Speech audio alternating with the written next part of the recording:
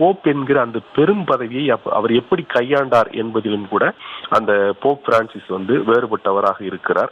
அதற்கு முன்னர் இருந்த போப்பாண்டவர்கள் அவர்கள் ஒவ்வொருவருமே தனித்துவம் வாய்ந்தவர்கள் தான். அவர்கள் அனைவருமே கருணை கொண்டவர்கள் தான். அவர்கள் அனைவருமே பல்வேறு விதமான அணுகுமுறைகளை கொண்டவர்கள் என்றாலும் கூட இந்த போப் பிரான்சிஸ் அவர்களிலிருந்து மாறுபட்டவர்களாக இருப்பதற்கு பல்வேறு காரணங்கள் சொல்லப்படுகிறது. அதற்கான காரணங்களைத்தான் நாம் வரிசையாக பார்த்தோம். அவர் வாழ்வதற்காக அந்த வாட்டிக்கன் அரசில், அந்த வாட்டிக்கன் நாட்டில், வாட்டிக்கன் என்பது ஒரு தனி நாடு, அந்த நாடு ஒரு தனி இறையாண்மை கொண்டதாக அதனுடைய தலைவராக அவர் போப் இருக்கிறார். அப்படிப்பட்ட அந்த போப்பாண்டவர் அவர் வாழ்வதற்காக தேர்வு செய்த இடம் கூட வழக்கமாக அதற்கு முன்னர் இருந்த போப்புகள் அதற்கான மாளிகையில் தான் வசிப்பார்கள். ஆனால் இவர் நம் போப் பிரான்சிஸை பொறுத்தவரையில் டோமுஸ் சாங்டா மார்த்தா என்று சொல்லக்கூடிய அந்த கெஸ்ட் ஹவுஸில் தான் அவர் தங்குவதை அவர் தேர்வு செய்து கொண்டார். அதுவும் ஒரு வகையிலான எளிமையாகவே பார்க்கப்படுகிறது. அதே போல இந்த போர்கள் நடைபெறுகின்ற காலங்களில், அப்பாவி மக்கள் கொல்லப்படக்கூடிய காலங்களில் அது குறித்து கவலைப்படுபவராக, அது குறித்து தன்னுடைய குரலை எழுப்புவராக, அதை கண்டிக்கக்கூடியவராக அவர் இருந்தார் என்பது மிக முக்கியமாகவும், குறிப்பாக இந்த பாலஸ்தீனத்தின் மீது இஸ்ரேல் நடத்துகின்ற அந்த போர், அந்த இஸ்ரேலிய மக்கள் கொன்று குவிக்கப்படுகின்ற முறை, அதற்காக அவர் அதற்கு எதிராக தன்னுடைய குரலை அவர் உரக்க எழுப்பி வந்தார் என்பதை நாம் பார்க்கிறோம். அவர் எந்த விமர்சனங்களையும் பற்றி கவலைப்படாமல் அந்த குரலை அவர் எழுப்பினார். குழந்தைகளை கொலை செய்வதற்கு பெயர்தான் போரா என்று அவர் இஸ்ரேலை பார்த்து கேட்டார். அவர் இப்படி இனப்படுகொலை செய்வதற்காக தன்னுடைய கண்டன குரலை இடையறாத அவர் எழுப்பி வந்தார் என்பதை பார்க்கிறோம். பொதுவாக இந்த போப்பாண்டவர்கள் மேற்குலகம் சார்ந்தவர்களாக அல்லது மேற்குலகினுடைய அரசியல் குரலை எதிரொலிப்பவர்களாக இருப்பார்கள் என்கிற ஒரு குற்றச்சாட்டு இருக்கிறது.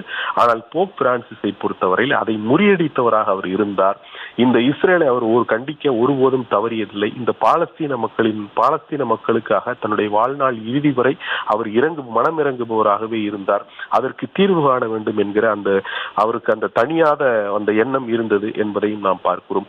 அப்படி அந்த போருக்கு எதிரான ஒரு நிலைப்பாடு கொண்டவராக, அமைதியை விரும்புபவராக, அமைதி நிலவ வேண்டும் என்பதில் உறுதி கொண்டவராக, அதற்கு தன்னுடைய போப் பதவி என்பதையும் தாண்டி குரல் கொடுப்பவராக அவர் இருந்தார் என்பதை பார்க்கிறோம். அந்த போப் பதவி என்பது நான் ஏற்கனவே குறிப்பிட்டபடி கத்தோலிக்க திருச்சபையினுடைய தலைமை பதவி, வாட்டிகன் அரசினுடைய தலைமை பதவி, அதற்குரிய சடங்குகள் சம்பிரதாயங்கள் இருந்தாலும் கூட அந்த பதவியை வழக்கமாக போப்பாண்டவர்கள் அணுகிற முறையை தவிர்த்து இப்படி வெளிப்படையாக ஒரு போருக்கு எதிராக குரல் கொடுப்பவராக, அதுவும் குறிப்பிட்ட ஒரு நாட்டினுடைய வன் செயலை, கொடுஞ்செயலை, இனப்படுகொலையை கண்டிக்கக்கூடிய துணிவு என்பது அந்த போப் பிரான்சிஸுக்கு இருந்தது என்பதுதான் அவரை பொறுத்தவரையில் மிக முக்கியமான ஒரு அம்சமாக பார்க்கப்படுகிறது.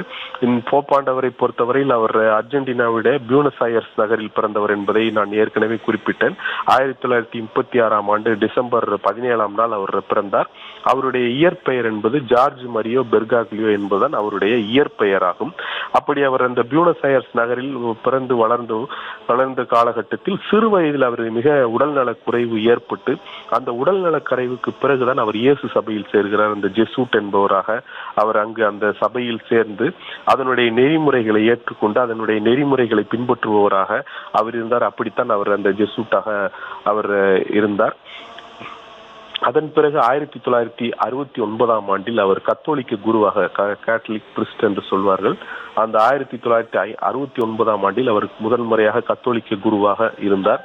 அதன் பிறகு 1973 முதல் 79 வரையிலான காலகட்டத்தில் அந்த ஜெசூட் பிராவின்சியல் சுப்பீரியர், அர்ஜென்டினா நாட்டினுடைய ஜெசூட் பிராவின்சியல் சுப்பீரியராக இருந்தார். அதன் பிறகு பியூனஸ் அயர்ஸ் நகரினுடைய ஆர்ச் பிஷப்பாக அவர் 1998 ஆண்டு முதல் அவர் பியூனஸ் அயர்ஸ் நகரினுடைய ஆர்ச் பிஷப்பாக இருந்தார். இதன் பிறகு 2001 ஆண்டில் அவர் கர்தினாலாக, அவர் அப்போது இருந்த 2001 ஆண்டு போப்பாண்டவராக இருந்த போப் ஜான் பால் இரண்டாம் போப் ஜான் பால் மூலமாக அவர் கர்தினால் பொறுப்புக்கு வந்தார்.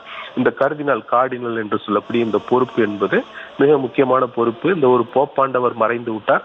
அவரது மறைவுக்கு பிறகு அடுத்த போப்பாண்டவரை தேர்வு செய்வது இந்த கர்தினால்களுடைய பொறுப்பு தான். இந்த கர்தினால்கள் சபை கூடிதான், அந்த பேராயம் கூடித்தான் அடுத்த போப்பாண்டவரை தேர்வு செய்வார்கள். அப்படி 2001 ஆண்டு அவர் கர்தினாலாக அவர் உயர்வு பெற்றார்.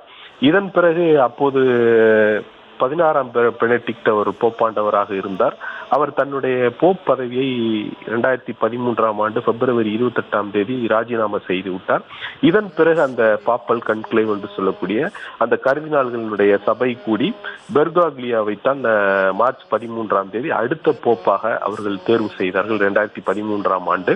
அவருடைய பெயர் ஜார்ஜ் மரியோ பெர்காக்லி என்றாலும் கூட அவர் போப்பாண்டவராக தேர்வு செய்யப்பட்டதன் பிறகு அவரை அசிசி பிரான்சிஸ் என்று சொல்லக்கூடிய அந்த புனிதரினுடைய அவரை கௌரவிக்கும் வகையில் இவருக்கு போப் பிரான்சிஸ் என்று திருநாமம் சூட்டப்பட்டது. அப்படித்தான் அவர் தற்போது போப் பிரான்சிஸ் என்பவராக அறியப்பட்டார். 2013ஆம் ஆண்டு முதல் அவர் போப்பாக பதவி வைத்து வருகிறார். வாட்டிகன் அரசினுடைய தலைவராக, கத்தோலிக்க திருச்சபையினுடைய தலைவராக அவர் பதவி வைத்து வருகிறார்.